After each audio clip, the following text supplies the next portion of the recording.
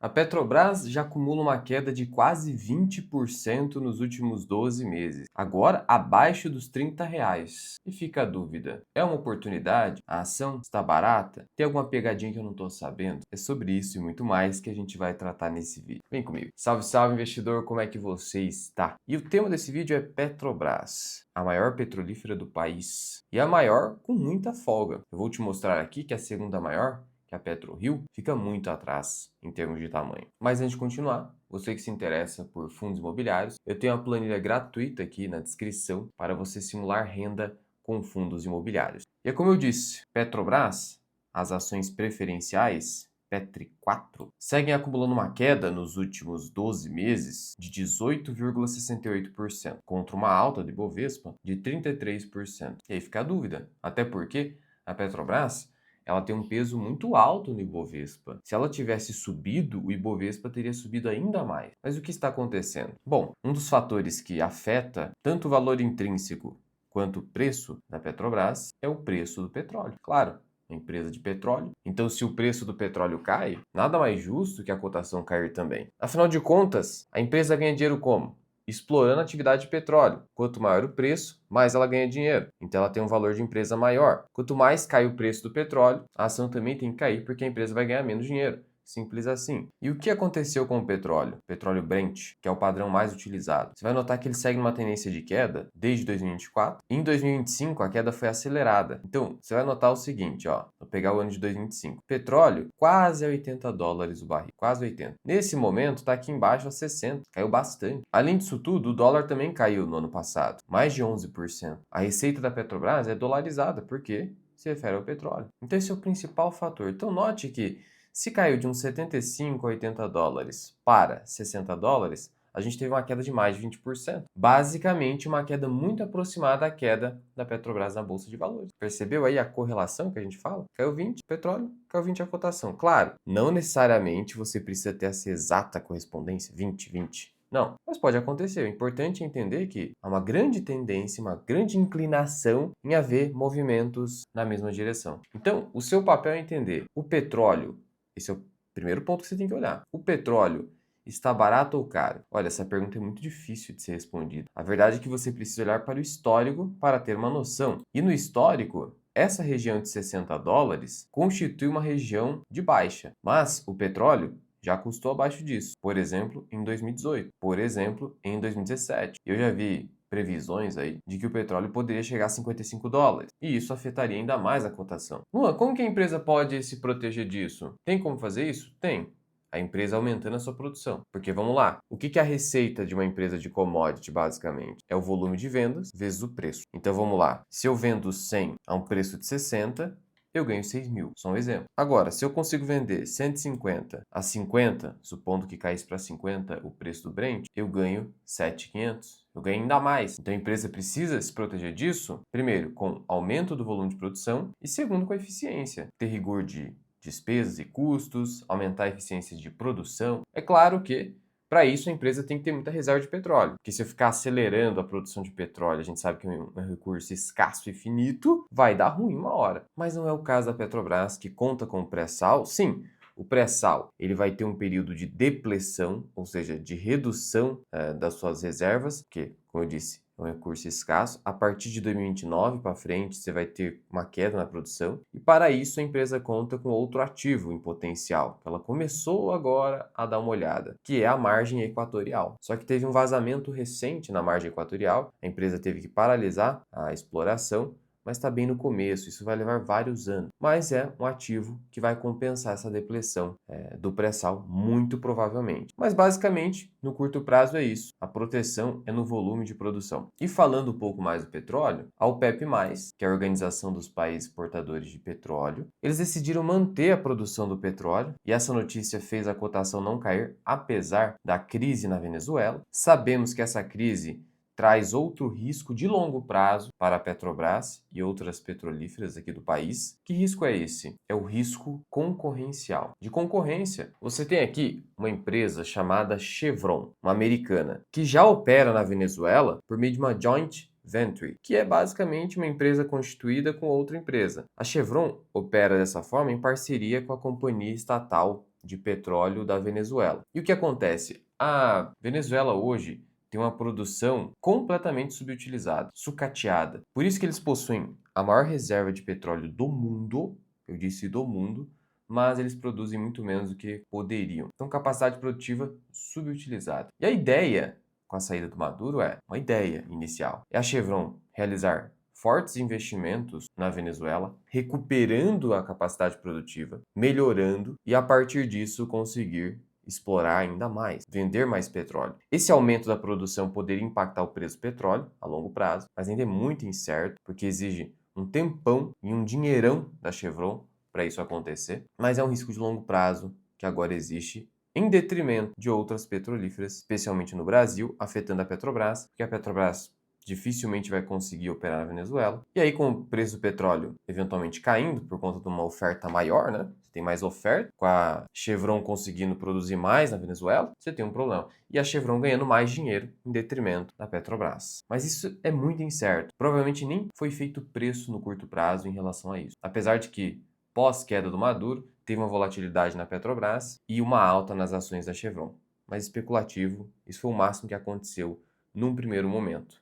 E como a gente está falando aqui de petrolíferas, num primeiro momento você já vai notar que a Petrobras ela negocia a múltiplos, a indicadores fundamentalistas bem abaixo dessas concorrentes globais. Bem abaixo. Olha só a Chevron. Negocia nesse momento a um índice preço sobre lucro de 23 anos de lucro. E ao indicador preço sobre valor patrimonial da ação de 1,55, ou seja, o mercado está pagando 55% a mais do que o patrimônio líquido para comprar as ações da Chevron. Beleza. E ainda você tem a Saudi Aramco, a maior do mundo, que negocia a 17 vezes lucro. E é um indicador preço sobre valor patrimonial de 3,8. Então olha só a diferença. Enquanto que Petrobras negocia um indicador preço sobre valor patrimonial de 0,90, ou seja, nenhum. O mercado nem aceita pagar o patrimônio líquido da Petrobras, então você tem esse desconto. E é um indicador preço-lucro de 4,93. Luan, esse indicador tá certo? Eu aprendi a desconfiar disso. Tá certo isso? Lembrando aqui que existem também as ações ordinárias ao indicador de 5,18. Elas são um pouco mais caras. Por quê? Elas são mais líquidas? Não. Quando você olha aqui para a liquidez da 3, é uma liquidez alta, obviamente, 365 milhões de reais, mas nem se compara com a liquidez da 4. Negocia 1 bilhão dia. 1 bilhão dia. Nível 2 da B3, portanto, as ações preferenciais possuem 100% de tag along, tranquilo. Mas será que é isso mesmo? 5 vezes lucro? Então, primeiro você tem que conferir qual é o lucro provável da Petrobras nesse ano. Quando eu digo nesse ano, eu estou me referindo a 2025, mas o resultado do quarto trimestre acaba sendo publicado no ano seguinte, no caso, 2026. E aqui no Investidor 10 você já consegue conferir. Você clica aqui em contábil, ele puxa aqui para você. Ano passado, o lucro foi mais baixo, mas por conta de não recorrente. Nesse ano, você vai ver o seguinte, ó, valores detalhados. Lucro líquido, você vai mudar aqui para trimestral. E veja, 35 bilhões no primeiro trimestre, 26 no segundo e 30 no terceiro, mas aqui você precisa fazer um ajuste, vai para 28 bilhões, tá? Já estou antecipando. Mas vamos lá, soma isso aí, ó. Soma 28 mais 26 mais 35, 89. Divide por 3, 29 vezes 4, passa de 100 milhões. Vai fechar em aproximadamente 100 milhões de reais, algo próximo disso, tá? Já antecipo aqui para você. 100 bilhões, 100 bilhões.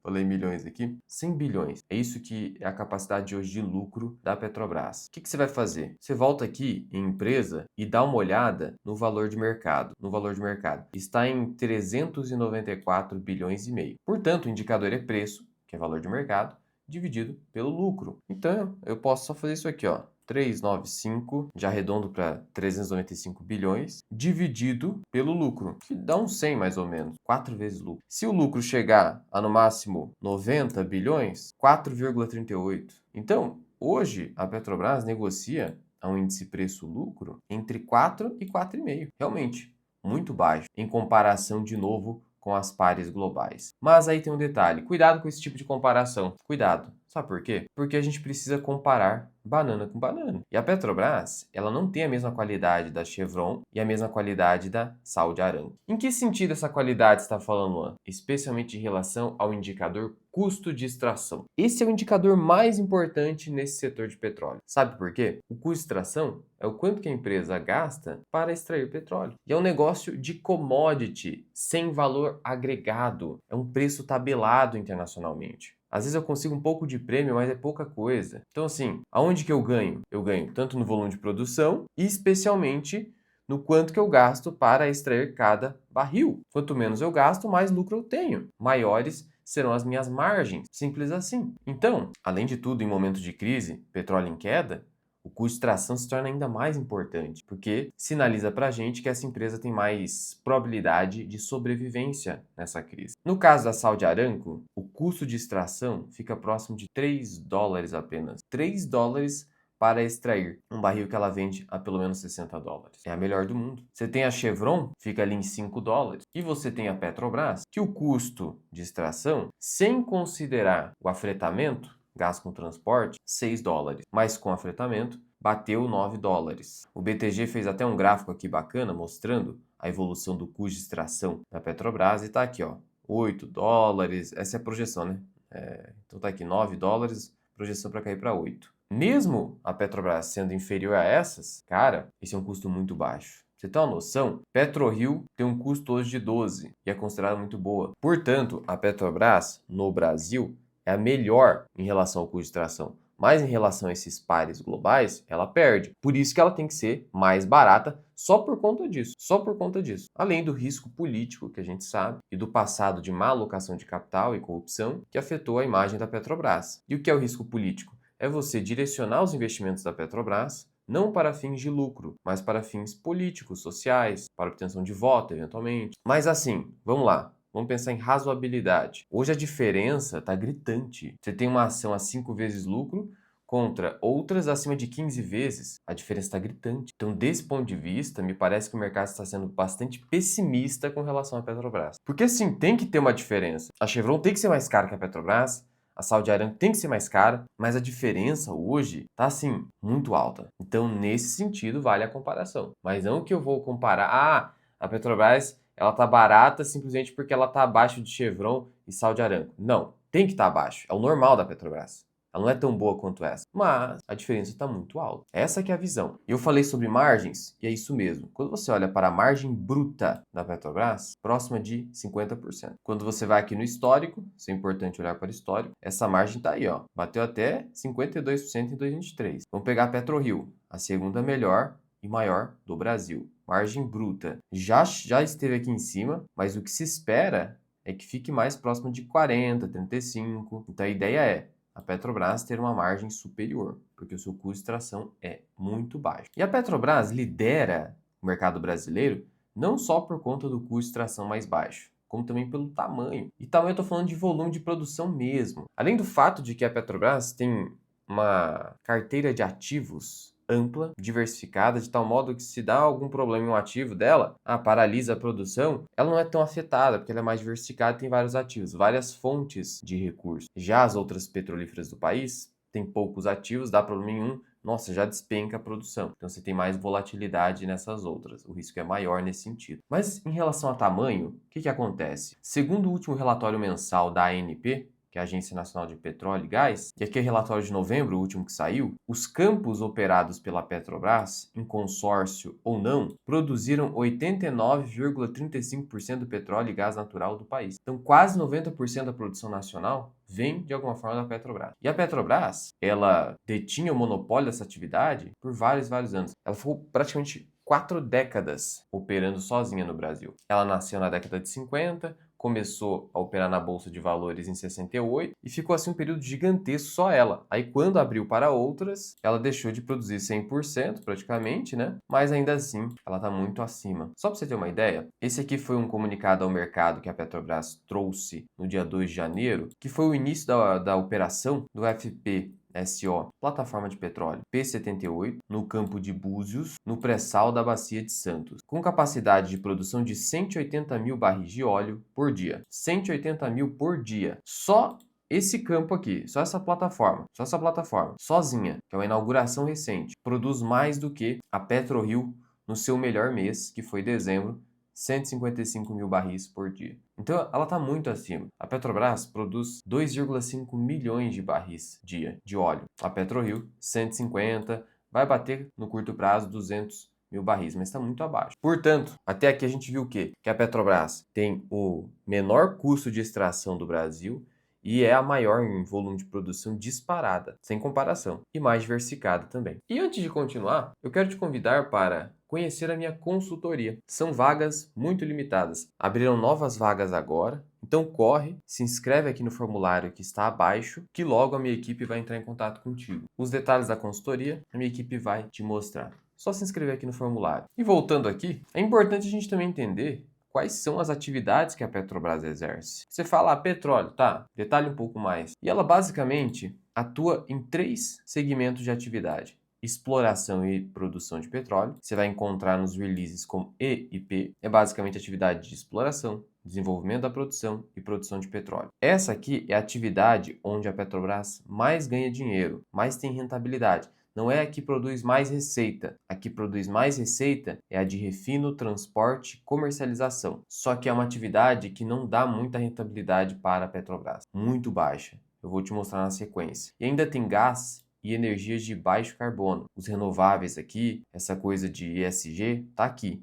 Até porque a empresa precisa estar um pouco preparada, pelo menos, para a transição energética. Recentemente, ela até anunciou uma parceria estratégica no segmento de energia renovável do país. Então essa é uma preocupação que a Petrobras está tendo e, claro, precisa ter. Porque por mais que o petróleo não seja disruptado, talvez a sua demanda seja cada vez menor a longo prazo. É uma incerteza e as empresas precisam trabalhar com essa incerteza. Como a exploração e produção de petróleo é o ativo que mais produz rentabilidade, é o que recebe mais investimento. Esse aqui é o plano estratégico da Petrobras 2026-2030, que prevê o CAPEX, que são os investimentos que a Petrobras irá realizar nos próximos anos, e 78 bilhões de dólares, de 109 bilhões de dólares, que é o total previsto, vai para exploração e produção, 20 bilhões de dólares para refino e 9 bilhões para gás e energias de baixo carbono. E está correto, porque gás e energias de baixo carbono ainda é um negócio mais incerto. Dá muito pouco dinheiro, você vai ver que a rentabilidade assim é ínfima. Então esse escalonamento aqui está correto. Muito embora, como eu disse, em termos de receita, olha só, exploração e produção, 324 bilhões de reais, 2024, e 457 bilhões em refino, transporte e comercialização. Olha o impacto, mas a rentabilidade é muito baixa. Sendo o quê? Isso é muito importante. Nesse plano estratégico, a Petrobras espera um Brent a 63 dólares e depois 70 dólares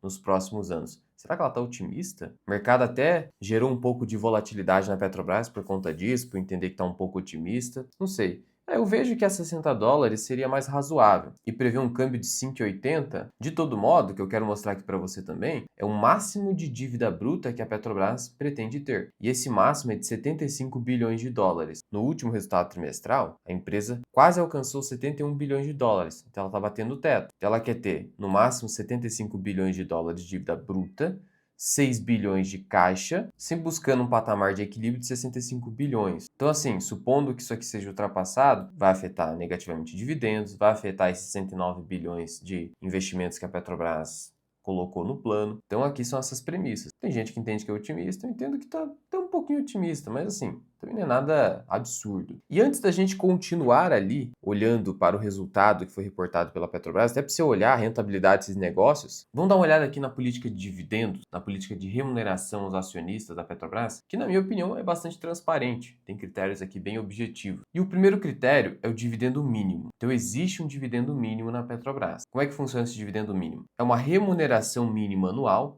de 4 bilhões de dólares. Então você sabe que pelo menos 4 bilhões de dólares por ano a Petrobras vai pagar de dividendo. E aí, vamos supor que o câmbio esteja a 5,30. Aí a gente está falando de 21 bilhões, né? Mais ou menos. Então 21 a 22 bilhões de reais em dividendos. Quanto que isso representaria em dividend yield? Que aí você vai saber quanto que você está ganhando, né? Comprando as ações nos preços atuais, abaixo de 30 reais. Veja que como hoje o lucro está bem próximo de 100 bilhões de reais, a gente está falando de 21, 22%, que é o dividendo, né, que está sendo pago. Representa mais ou menos isso. É como se fosse um payout de 20%, 20, 21. De todo modo, supondo que seja 22 bilhões, eu divido pelo valor de mercado atual, né? 395, multiplico por 100, eu estou falando de 5,56% de yield. 5,5 é um dividendo mínimo que você tem. Claro que ainda tem uma condição. Só vai ter esse dividendo mínimo se o preço médio do Brent, que a gente viu que é o barril do petróleo, se ele for superior a 40 dólares. Então tem que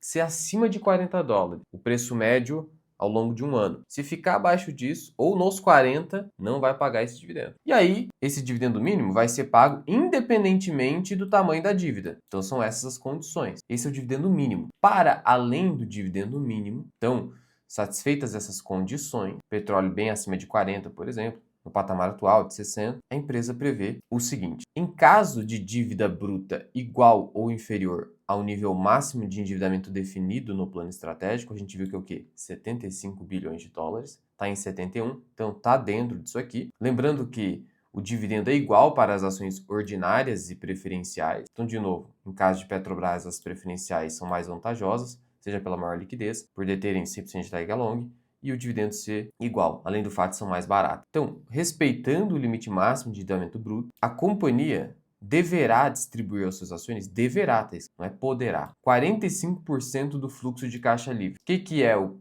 fluxo de caixa livre? Ó? É o fluxo de caixa da operação, basicamente quanto que ela produz de lucro operacional, menos os investimentos, aquisições de imobilizados, intangíveis e participações societárias. É o lucro operacional, para simplificar aqui para você, menos os investimentos. É o que sobra, está livre para pagar credores e acionistas. 45%. Então vamos lá. Se o fluxo de caixa livre for de 90 milhões, então eu vou pagar 45% disso. 40 bilhões. 40 bilhõezinhos. Então, o mínimo é 20, 21, 22, como a gente viu. Na verdade, acaba sendo o dobro hoje. Então, meu dividend yield hoje em Petrobras é mais ou menos de 10% a 11% nos preços atuais. E não espere dividendos extraordinários, porque com esse plano de investimento aí de 109 bilhões de dólares, que é muito difícil pagar extraordinário. É muito difícil. E aí, quais foram os destaques do resultado do terceiro trimestre de 2025? O último resultado reportado. Para você fazer suas projeções também. Receita de vendas. Ó, presta atenção aqui. 2024, os 9 primeiros meses. 369 bilhões de reais. Em 2025, 370 bilhões de reais. É o que eu falei para você no começo desse vídeo. A Petrobras está compensando a queda do dólar, principalmente a queda do Brent, no volume de produção. Por isso que ela conseguiu a mesma receita praticamente. A receita ficou estável. Muito embora o lucro bruto tenha caído, ó, 178 bilhões contra 188 do ano passado. Aí não tem jeito, né? Os custos aumentaram, fica difícil de você, mas pelo menos você estabiliza um pouco. A empresa, para ter conseguido um aumento do lucro bruto, ela teria que ter tido uma receita de uns 400 bilhões, mas aí é muito difícil. Então a empresa está fazendo o que pode, sinceramente, aqui. As despesas operacionais até caíram, isso é positivo, está mostrando uma preocupação com as despesas. E aí o que mais importa para você aqui, fluxo de caixa livre, caiu bastante. Saiu de 100 bilhões para 72, muito embora o fluxo de caixa operacional não tenha caído tanto, só caiu de 156 para 145. Você vai falar, por que o fluxo de caixa livre, que a gente viu ali, que é o fluxo de caixa operacional menos os investimentos, caiu tanto assim, né? 29% na comparação anual. Caiu porque a empresa acelerou seus investimentos. A empresa acelerou CAPEX. Então você tem um ano de petróleo em baixa e CAPEX acelerado. Essa é uma preocupação que a gente tem que ter, porque o histórico de alocação de capital da Petrobras não é bom e ela está acelerando investimento no momento em que o petróleo está em baixa. Essa é a cautela do mercado sobre o que está acontecendo com a Petrobras nesse momento. Mas tudo se justifica a depender do preço. A dívida bruta cresceu muito. Por que cresceu dessa forma?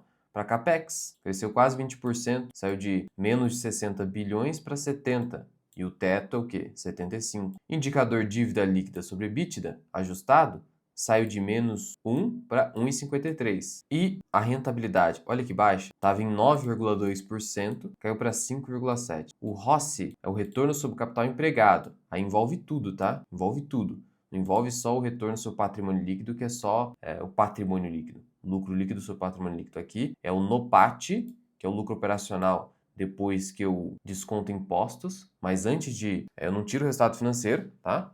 Que é o estado da dívida. Sobre o capital total, que é tanto a dívida quanto patrimônio líquido. Mas a rentabilidade está muito baixa, né? O ideal é a gente ter aqui 11, 12%, mas claro, como a dívida da Petrobras é em dólar, mesmo com uma rentabilidade de 5,7%, ainda ela pode conseguir gerar valor, mas já ficou bem estreito aqui. Então, o fato de ter essa rentabilidade baixa também gera desconto nas ações. Olha só como os investimentos aceleraram, especialmente no terceiro trimestre de 2025. Saiu de 4,4 bilhões de dólares para 5,5, cresceu muito. Isso afeta dividendos. E como eu falei, a dívida é em dólar, mas o custo médio já está em quase 7%, tá? Então esse ROCE aí é fraco. É fraco, não consegue nem bater o custo dessa dívida aí. E aí, como eu falei, ó, pegando-se aqui o segmento de exploração e produção, o ROCE da empresa, olha só, supera 9%. No segundo TRI, aí caiu para 8,7%. Tá aqui, mas ainda bate o custo dessa dívida, pelo menos. Ano passado foi 13. Então, o negócio de exploração e produção é mais rentável. Aí, quando você vai para refino, transporte e comercialização, o ROCE, porque o custo do refino está subindo pra caramba de um ano para outro, o ROCE está aí, ó, 1%, 3%. É assim, é foda, é muito, muito baixo. E aqui, gás e energias de baixo carbono é ainda pior. Terceiro TRI, 0,4. Então são negócios que estão dando uma rentabilidade realmente muito baixa. Entendi, Luan. Mas e aí? A ação tá barata mesmo ou não? Em comparação com as paias internacionais, digo que sim. Mas tem essas incertezas. Risco político, baixa rentabilidade, petróleo, que a gente não sabe se vai cair mais. O BTG, por sua vez, entende que o preço-alvo da ação seria R$ 44,00, tem recomendação de compra. Quando você olha aqui para as projeções analistas, o que nós temos aí? Para as ações ordinárias, uma média de 41,20, mas para as preferenciais, 39,52. Então, na média, as casas de análise, corretoras e bancos entendem que as ações da Petrobras estão baratas. Olha, olhando para o histórico do indicador preço valor patrimonial, tem uma média de 1,05. Então tem desconto aqui, existe um desconto, mas de novo o petróleo está embaixo. E o índice preço-lucro, 5,33 a 6. Então tá aí. Então você vê que a empresa costuma negociar com múltiplos mais baixos. Então precisa ter essa expectativa também, de não achar que vai explodir a cotação. Não é assim também. Até porque quando você vai aqui em contábil e olha para o histórico de longo prazo do lucro que saiu de 36 bilhões aproximadamente em 2010 para atuais quase 100 bilhões, você teve um crescimento pouco superior a 6% ao ano, sendo um lucro bem errático, ó, que oscila muito por conta do petróleo e também por conta aqui do que ocorreu no passado da Petrobras. Então, essa incerteza, essa imprevisibilidade no fluxo de caixa também faz com que o mercado exija mais desconto, mais retorno esperado, com um crescimento do lucro de apenas 6% ao ano aproximadamente. Então, não é uma empresa que cresce muito, seu fluxo de caixa é volátil, então exige bastante, mas bastante desconto. Se a gente está falando de R$ 40, ali, segundo os analistas, haveria uma margem de segurança considerável hoje, superior a 30%. Se você segue Benjamin Graham, preço justo 66. Se você segue Bazin, se a empresa pode me entregar um dividend yield de 10%, como a gente viu, você teria um preço teto de uns 50. Indicador do Peter Lynch, você pagaria até 10 vezes lucro, fazendo com que a ação também superasse 50. Então você tem vários indicadores aí apontando, né, para desconto nas ações. Mas, de novo, o desconto não é injustificado, mas talvez esteja excessivo. Essa que é a sua visão, é assim que você tem que avaliar. E eu tenho um relatório de análise completo na minha comunidade, comunidade de formação Mira Invest. Aqui, ó, dentro da comunidade, tem os relatórios de análise de ações. Sou o CNPI e escrevo relatórios de análise. Escrevi um relatório detalhado, 15 páginas, sobre Petrobras, inclusive colocando o meu preço justo, o valor intrínseco. Valor intrínseco que também está aqui na minha planilha de valor intrínseco das ações. Não é Bazin, não é Gordon, não é nenhuma simplificação excessiva. Aqui a gente utiliza, basicamente, fluxo de caixa descontado. E ainda relatório de análise de fundos imobiliários. Ainda você conta com o meu curso Formação Mira Invest, curso completo de finanças e investimentos. Ações, fundos imobiliários, renda fixa, tudo. E para quem quer uma carteira mais gestão passiva, ainda há o método dividendo permanente, também curso de nossa autoria. E ainda você tem diversos materiais complementares, vídeos exclusivos para membros e muito mais. Teste a minha comunidade. O link está na descrição e no primeiro comentário fixado. E o QR Code vai estar aparecendo na tela. Mas e aí? Agora eu quero saber de você. Petrobras está barata mesmo ou é uma cilada? O que você tem feito? Conta para mim. E aqui em cima eu vou deixar para você o último vídeo do nosso quadro Carteira Mirai, em que eu aporto R$ 500 por semana numa carteira que nós montamos o Absoluto Zero.